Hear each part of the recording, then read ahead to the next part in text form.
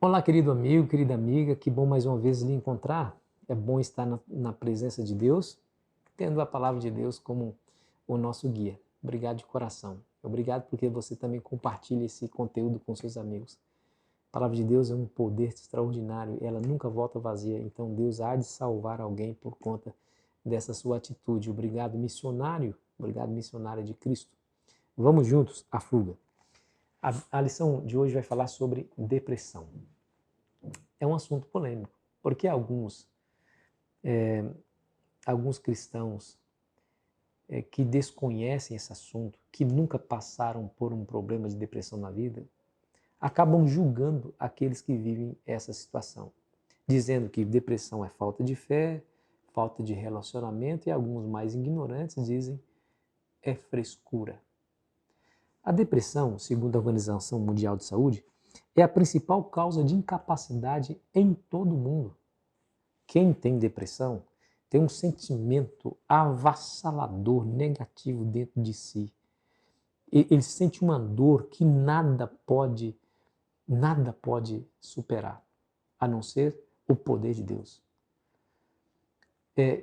Alguns que sentem esse problema, para fugir da dor, para acabar com aquele sentimento que tanto lhe faz infeliz, o único caminho que encontra é dar cabo à sua própria vida. E alguns cristãos descuidosos acabam afirmando que essas pessoas o fizeram porque não tinham Deus no coração. Isso é maldade, irmãos. Isso é uma maldade. A Bíblia fala que até as nossas lágrimas estão escritas no livro de Deus. Quer dizer que Deus ele julga também a circunstância da nossa vida? Entenda isso. Se você já falou isso, já pensou isso de alguém, repense, por favor. A depressão é terrível. Se você nunca sentiu depressão e você nunca leu acerca, nunca esteve perto de alguém para ajudar, talvez você não vai compreender o que a outra pessoa sente. O que dizer, por exemplo, do profeta Elias? Você acha que depressão é problema de falta de fé? É problema de falta de relacionamento com Deus? E o que dizer de Elias? Veja o profeta Elias, dedicado ao Senhor. A sua oração era instantaneamente respondida. Ele orou para que não chovesse e não choveu. Depois ele orou para chover e choveu. Depois ele orou para descer fogo do céu, Deus atendeu. Você se lembra daquela história lá do Carmelo? Estava lá. 450 profetas de Baal, mais 400 de Asser, 850 ao todo, e eles, o povo de Israel inteiro, dizendo que Baal era Deus e que o Deus de Israel não era Deus. Olha que coisa absurda. Elias propôs um desafio, 2 altares, e vamos colocar sacrifícios sobre os 2. Eu vou clamar a Deus e vocês vão clamar a Baal. O Deus que ouvir com fogo e fazer descer fogo, esse é o verdadeiro Deus. E você já conhece a história que somente o Deus de Israel fez descer fogo e consumiu o altar. Diz a Bíblia que então Elias diz assim, somente o Senhor é Deus. E o povo clamou, somente o Senhor é Deus. E Elias deu a ordem. Veja o que está escrito no capítulo 19, versículo 40 de 1 Reis. E disse-lhe Elias, lançai mão dos profetas de Baal, que nenhum deles escape. Lançaram mão deles. E Elias os fez descer ao ribeiro de Quizon, e ali os matou.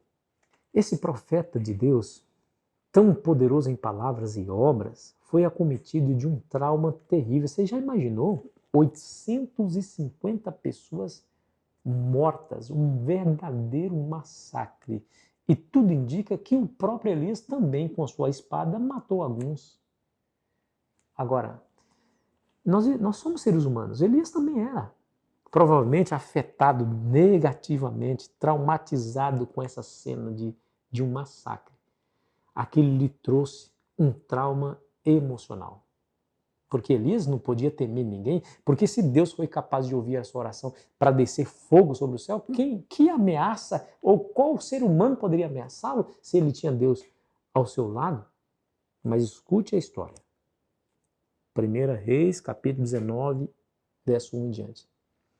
Acabe fez saber a Jezabel tudo quanto Elias havia feito e como matara todos os profetas à espada. Então Jezabel mandou um mensageiro a Elias a dizer-lhe: façam-me os deuses como lhe aprouver, se amanhã, a esta hora, não fizer eu a tua vida como fizeste a cada um deles. Temendo, pois, Elias levantou-se para salvar a sua vida e se foi e chegou a Berseba, que pertence a Judá, e ali deixou o seu moço. Elias conhecia a maldade de Jezabel, sabia que ela tinha autoridade e podia cumprir a ameaça de matá-lo. E diz a Bíblia que esse homem temeu. Como esse homem podia temer? Como podia temer? Deus era com ele, Deus estava com ele, deu provas inequívocas da sua presença. No entanto, ele temeu. Mas escute o verso 4. Olha só. Ele mesmo, porém, se foi ao deserto, caminho de um dia, e veio e se assentou debaixo de um zimbro, e pediu para si a morte, e disse: basta, toma agora, ó Senhor, a minha vida, pois não sou melhor do que meus pais. O que é isso aqui? Diz a Bíblia que ele saiu sozinho, foi para o deserto, não queria ficar perto de ninguém, não sentia prazer na presença de ninguém. Chegou lá no deserto, ele pediu a morte. Senhor, não consigo mais. Claro, talvez influenciado e impactado tremendamente pela morte daqueles homens. E agora com medo da ameaça. Tudo isso juntou e fez com que esse profeta de Deus sofresse essa situação. Um dia exaustivo, um massacre, tudo isso disparou o gatilho da depressão. Mas Deus foi misericordioso para com Elias. E Elias tentou fugir, mas foi encontrado por Deus. E Deus disse assim: o que você faz, Elias? Sai daí, vamos voltar ao trabalho. Venha para perto de mim, eu vou te ajudar. E diz a história que Elias atendeu, isso foi a solução do seu problema, ou seja, a sua cura da depressão foi ele se voltar para Deus de maneira extraordinária, se colocar no caminho do Senhor. Deixa eu dizer uma coisa, fugir do problema, como Elias fez, às vezes não resolve o problema, viu? Ah, eu estou depressivo. Não fuja. Se você está depressiva, então busque ajuda. Não fuja, mas busque ajuda. Busque ajuda espiritual, vá a Deus, busque as promessas de Deus, concentre-se nelas. Pega os salmos, leia todos os dias.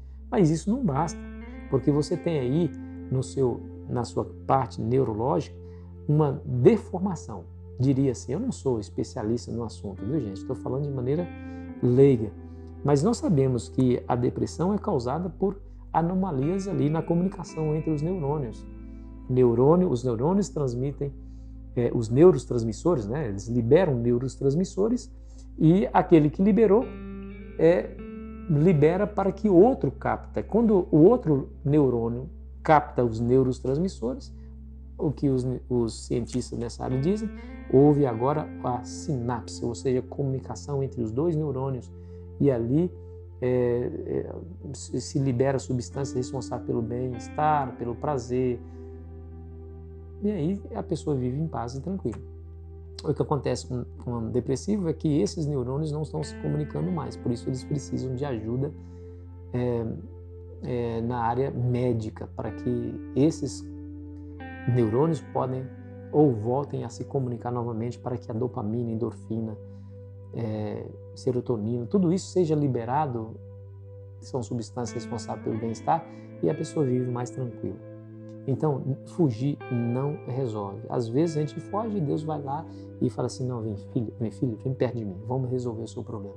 Procure ajuda, não fique sofrendo sozinho. Há meios de você viver e lutar contra a depressão e esse problema terrível que talvez você esteja vivendo. Se você conhece alguém, não vive isso, mas conhece alguém que vive, por favor, seja um instrumento na vida dessas pessoas para buscá-lo lá na sua fuga, para levá-lo mais para perto de Deus, e não julgue, por favor, não julgue. Não é o nosso papel. Nós temos que orar, nós temos que ajudar, nós temos que levar descanso, paz ao coração daqueles que estão atribulados. Se você está vivendo uma depressão na sua vida, saiba que Deus lhe entende que Deus lhe ama e que Ele está dizendo assim, filho, não foge não. Eu estou aqui, assim como eu me apresentei para o profeta Elias, eu me apresento para você. O que você está fazendo aí? Olhando para a sua própria vida, venha. Tem uma obra a ser feita, tem uma obra na tua vida. Quero cumprir essa obra na tua vida. Se você deixar eu agir no seu coração, você pode se livrar, você vai se livrar desse problema. Não fique sozinho, não fique sozinha, busque ajuda, busque a Deus e certamente você vai encontrar caminhos para resolver o seu problema, tá bom? Essa é a minha oração, meu desejo profundamente ao seu coração se você está passando por esse problema. Vamos orar? Senhor Deus, eu coloco nas tuas santas mãos o teu filho e tua filha que porventura esteja passando por esse problema avassalador que é a depressão. Senhor, ajude, atenda a oração, levante, restaure, cure, em nome de Jesus. Amém.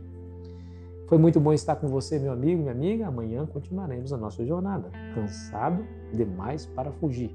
É o título do estudo de amanhã. Aproveite bem o seu dia.